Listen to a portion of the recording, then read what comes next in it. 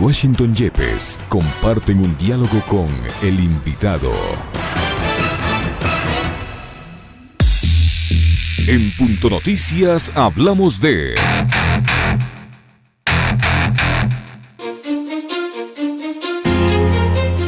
El asambleísta Fabricio Villamar demandó este viernes 10 de enero de 2020 un proyecto de resolución para que el Parlamento declare el abandono del cargo de Gabriela Rivadeneira, Soledad Buendía y Carlos Viteri Gualinga, a quienes el gobierno mexicano concedió asilo político. Villamar, a través de gestión documental, pidió al presidente del Legislativo, César Ritardo, que se titularice de forma definitiva hasta la terminación del periodo en 2021 a los alternos de los asambleístas antes mencionados, para luego ponerla a consideración del Pleno. En este documento también se sugiere que se incluya el caso de Luis Molina, asambleísta alterno de Mónica Alemán, quien también viajó a México el pasado 9 de enero. Recordemos que los asambleístas Rivadeneira, Viteri y Buendía permanecieron refugiados en la Embajada Mexicana en Quito casi 3 meses tras las protestas de octubre pasado.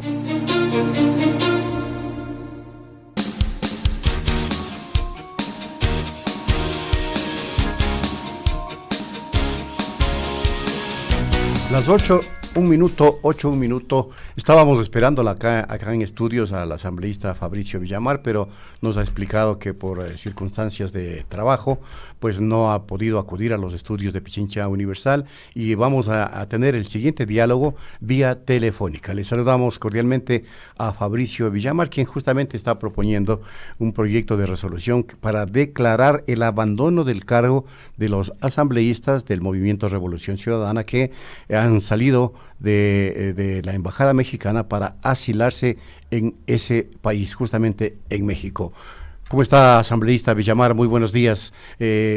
Háganos una relación informativa de su planteamiento. Un gusto saludarles, amigos. Qué lástima no poder acompañarles personalmente, pero hoy la Comisión de Reforma de la Ley de Tránsito comenzó a trabajar a las 7 de la mañana y la estoy presidiendo, entonces lamento no poder acompañarles personalmente. El día jueves de la semana anterior, el canciller de la República informó que el Ecuador había dado todos los elementos necesarios para que quienes estuvieron en búsqueda del asilo diplomático en la Embajada de México puedan trasladarse una vez que había sido concedido el asilo por la República Federal de México. Esto implica que, como estas personas fueron electas asambleístas por la República del Ecuador, tendría que tomarse una decisión respecto de cómo se va a principalizar a los alternos que han venido funcionando, ocupando sus espacios por alrededor de 3 meses. Porque no existe esta figura de un encargo permanente y tampoco existe una figura legal como el abandono del cargo. Entonces, básicamente lo que estamos buscando es que haya un pronunciamiento que permita poner en orden este vacío legal. Si no existe, asambleísta Villamar, buenos días, le saluda Licenia Espinel. Si no existe esta figura legal, entonces, ¿cómo piensan ustedes proceder? Cualquier cosa o cualquier decisión a la que lleguen sería ilegal si esto no establece en la Constitución qué dice la ley de la función legislativa en este tipo de casos. Lo que pasa es que nos hemos acostumbrado a pensar que la ley tiene que ser absolutamente reglamentaria y no es así. Lo que sí dice la ley es que el Consejo de Administración de la Legislatura es el órgano de la misma que tiene que velar por el correcto funcionamiento de la Asamblea. Y por lo tanto, el hecho de que usted tenga legisladores que no vienen y de hecho voluntariamente han decidido irse a vivir a otro país bajo la protección del asilo diplomático, le coloca a la Asamblea de la República en una situación que no fue prevista por el legislador. Lo que sí fue previsto por el legislador en el artículo 7 de la Ley Orgánica de la Función Legislativa es que es el Pleno de la Asamblea el órgano máximo de resolución sobre estos temas que puedan ser consultados por el Consejo de Administración de la Legislatura. ¿Cuál es la otra alternativa? Porque me parece que también sería bueno que analicemos qué es lo que podría pasar entonces. La otra alternativa es que no se haga absolutamente nada y que las personas que fueron acogidas por la aplicación del asilo diplomático continúen con el cargo una vez que están en México y que no van a ejercer, lo cual tampoco tiene sentido. ¿Estaremos de acuerdo? Ahora, el caso es que los alternos de los asambleístas que están en México están actuando. se podría proceder de esta misma manera, es decir, que sigan actuando los alternos hasta que los titulares superen el grado de conflictividad que les ha tocado vivir por circunstancias políticas. Sí, pero eso tampoco está en la ley, ¿no es cierto? Ni lo uno ni lo otro, pero entonces cualquiera de las dos procede. Entonces en la ley no podemos esperar que se diga que actuarán los suplentes mientras se supere las circunstancias, porque tal cosa no existe.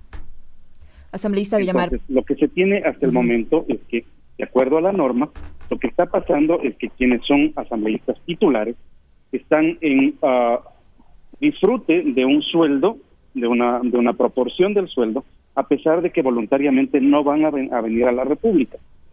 Miren, el asilo diplomático implica el acogerse a las normas del asilo diplomático. Una de esas es, por ejemplo, no intervenir en asuntos políticos del país del cual fueron solicitados el asilo. La naturaleza del ejercicio del asambleísta es precisamente estar en actividad política y en comentario político permanente. Si es que estas personas que solicitaron el asilo incumplieran esto, bien se podría pedir que se retire el asilo, me explico. Por eso es importante solucionar este tema. Ahora, ayer la asambleísta Gabriela Rivadeneira dijo que una vez que llegaron a México con la condición de asilados políticos se convierten en exiliados y que llegaron y que esta calidad de exiliados pues se les respeta su derecho a la libertad de expresión y que pueden opinar en temas políticos.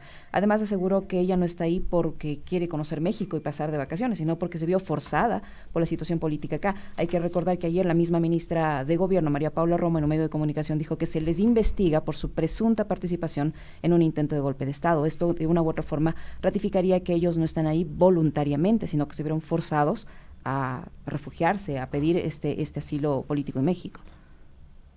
Hasta donde yo conozco, no sé si es que la ministra tenga mayor información, pero hasta donde yo conozco, estas personas se asilaron en la Embajada de México sin que exista un proceso en su contra.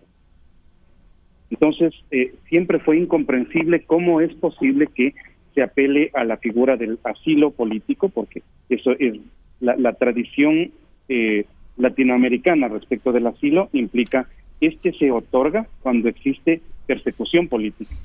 Y la persecución política no se había podido verificar por ninguno de los hechos que se podrían constatar. Es más, como son legisladores, tienen la protección constitucional de la institución de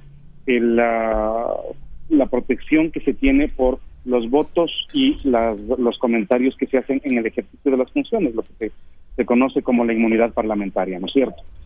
Entonces, teniendo esa protección, es imposible apelar a una figura como la del asilo.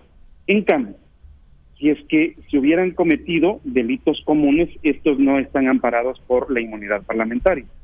Y esa es parte de las cosas que al momento no existe una constancia de que o haya habido una persecución política o haya habido el inicio de acciones por delitos comunes. Simplemente hubo un ejercicio voluntario de acogerse al asilo, que esta es la figura, en la Embajada de México. Ahora, el asambleísta Poma está detenido, entonces usted dice que se respeta la inmunidad parlamentaria, pero sin embargo el asambleísta Poma está detenido por el cometimiento de un delito. ¿Pero no tenían que haberle levantado la inmunidad parlamentaria primero? No, porque resulta que la inmunidad parlamentaria no aplica para el caso del cometimiento de delitos flagrantes. El asambleísta Poma fue detenido en el cometimiento de un delito flagrante.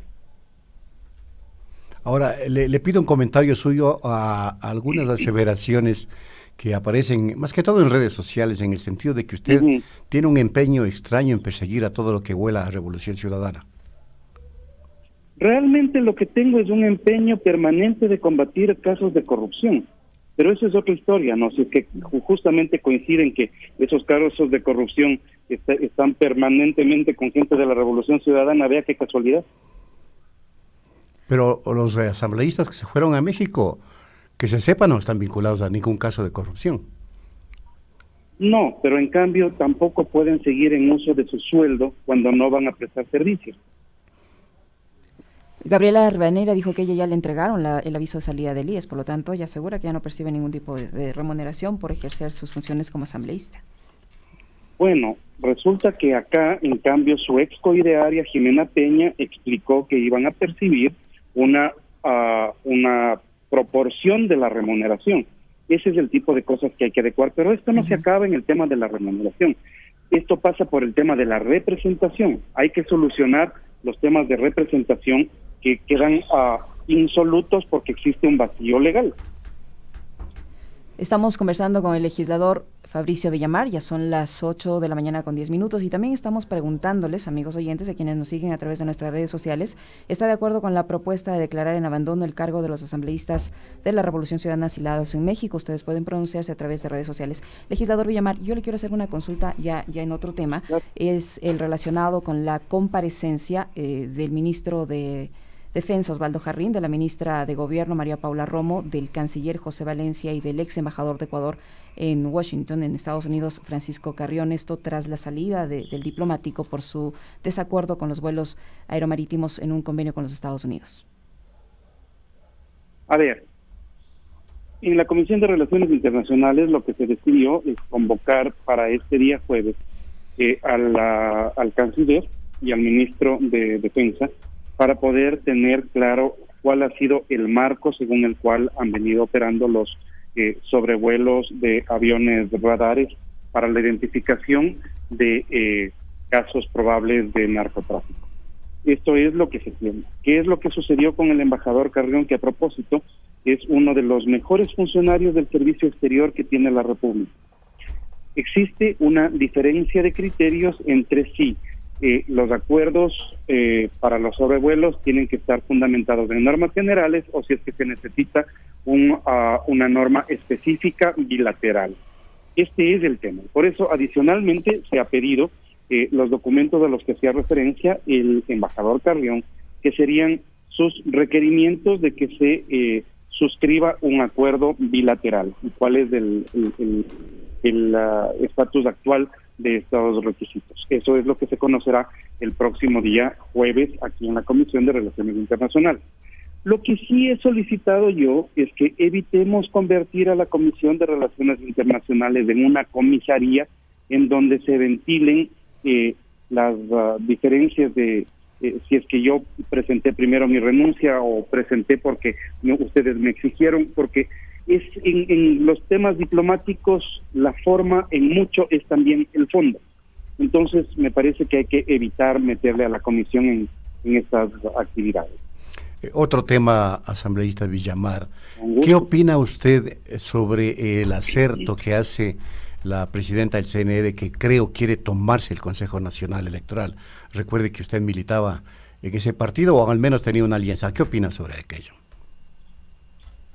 No sé, me parece que es muy apresurado, pero adicionalmente es legítimo, es parte de la defensa de la señora Tamain, y la preocupación no es en manos de quién está el Consejo Nacional Electoral, sino si es que el Consejo Nacional Electoral es creíble, goza de la credibilidad de todos los ecuatorianos. Mira, parte de las cosas que tenemos que buscar no es que el Consejo Nacional Electoral sea creíble o para Pachacutic o para la Revolución Ciudadana o para los socialcristianos o para Creo. Los resultados tienen que ser creíbles para los ecuatorianos. Y la gran pregunta es si es que este Consejo Nacional Electoral tiene credibilidad suficiente como para que eso suceda. El problema es que no solo se puede centrar la credibilidad en una o en otra persona, sino en el ente colegiado como tal, en el Consejo Nacional Electoral. Y la presidenta dice que es una organización política la que está liderando esto, que ella ha cumplido con sus funciones, que lo va a demostrar, y que lo que hay detrás de todo este proceso de interpelación es precisamente hacerse con el Consejo Nacional Electoral a favor de una organización política. Que no sería la primera vez, porque recordemos que el Consejo Nacional Electoral estuvo secuestrado por una sola organización política durante alrededor de 10 años. Entonces, parte de las cosas que hay que trabajar en esta etapa de transición, de tratar de recomponer la institucionalidad de la República, es precisamente la credibilidad. No creo que Diana Tamain pueda ponerse en el pecho la medalla de ser la mejor presidenta que se ha tenido en un Consejo Nacional Electoral, ¿no? Pero también es válido lo que ella plantea, si es que existe la voluntad de una organización de tomarse el Consejo Nacional Electoral, que tampoco me parecería que sea correcto, ¿no? Asambleísta Villamar, usted hablaba de los casos de corrupción. Está bien que se investiguen, que se hagan los procesos, que se cumple el debido proceso, pero que no se investiguen como con dedicatoria, ¿no? Hay otros casos de presunta corrupción como los INA Papers o INVestment, al que no se le ha dado prácticamente ningún tipo de trascendencia. ¿Usted considera que también debería analizarse este tipo de denuncias? Si es que tú revisas la documentación de los días en que saltó el caso INA Papers, la primera persona que solicitó que se abra la investigación fui yo. Pero no se le ha dado ningún tipo de seguimiento. A eso me refiero, que se da espectacularidad a algunos casos y a otros se los guarda, se los archiva, se los olvida y no pasa nada. Yo no sé si es que vale la pena que hablemos de la espectacularidad de algunos casos, sino más bien de la efectividad en los procesos de investigación. Y yo voy a concordar contigo de que hay unos procesos que tienen más efectividad que otros. Por ejemplo, están detenidos los 17 casos que yo he presentado a la Fiscalía para la determinación de responsabilidades por el cobro de diezmos de gente de Alianza País. O sea, me parece que esa es una cosa sobre la cual la Fiscalía tendría que actuar desde ya. Está detenido en la Fiscalía, por ejemplo, el caso que yo presenté para determinar las responsabilidades por el cometimiento del delito de rebelión del señor Pérez Huartambel. Bueno, así mismo son las cosas, y por más que uno presiona, hay veces en donde es mejor esperar que las funciones del Estado actúen sin presiones, ¿no? Así es, asambleísta Villamar. Antes de despedirnos, le queremos agradecer por su tiempo, por haber atendido nuestra llamada. Como decía Washington, le esperábamos en nuestros estudios, esperamos que sea en la siguiente oportunidad. Y le cuento que en redes sociales nos están indicando que usted es uno de los asambleístas que no está en las votaciones. ¿Qué nos puede decir al respecto? ¿Qué más falta? Un faltón le dicen. Y bueno, eso dicen ahí, pero no es cierto. Porque si es que tú revisas exactamente lo que dice, es que yo no participo en algunas votaciones. Y he pedido una certificación a la presidencia de la Asamblea, a la Secretaría, porque resulta que me están contabilizando las veces que no voto cuando yo he pedido licencia. Entonces, mira, tratar de combatir ese tipo de cosas tampoco lo voy a hacer. La gente tiene que ser libre de pensar lo que quiera pensar. Yo vengo a trabajar acá todos los días desde las horas en las que estoy, y precisamente, Washington, si no estoy ahorita contigo, que vos sabes que no rehuyo una entrevista, es porque estoy trabajando en mi comisión, y que si es que hubiera ido a tu entrevista, hubiera tenido falta en la misma. ¿Me explico? Ok, gracias, Fabricio. Le agradecemos. Le agradecemos, era el asambleísta Fabricio Villamar en diálogo con Punto Noticias en su primera emisión, y les recordamos que para este diálogo preguntamos, ¿está de acuerdo con la propuesta de declarar en abandono el cargo de los asambleístas de la Revolución Ciudadana exilados en México? Un 99% ha señalado que no y un 1% que sí. Volvemos. Vamos a la pausa.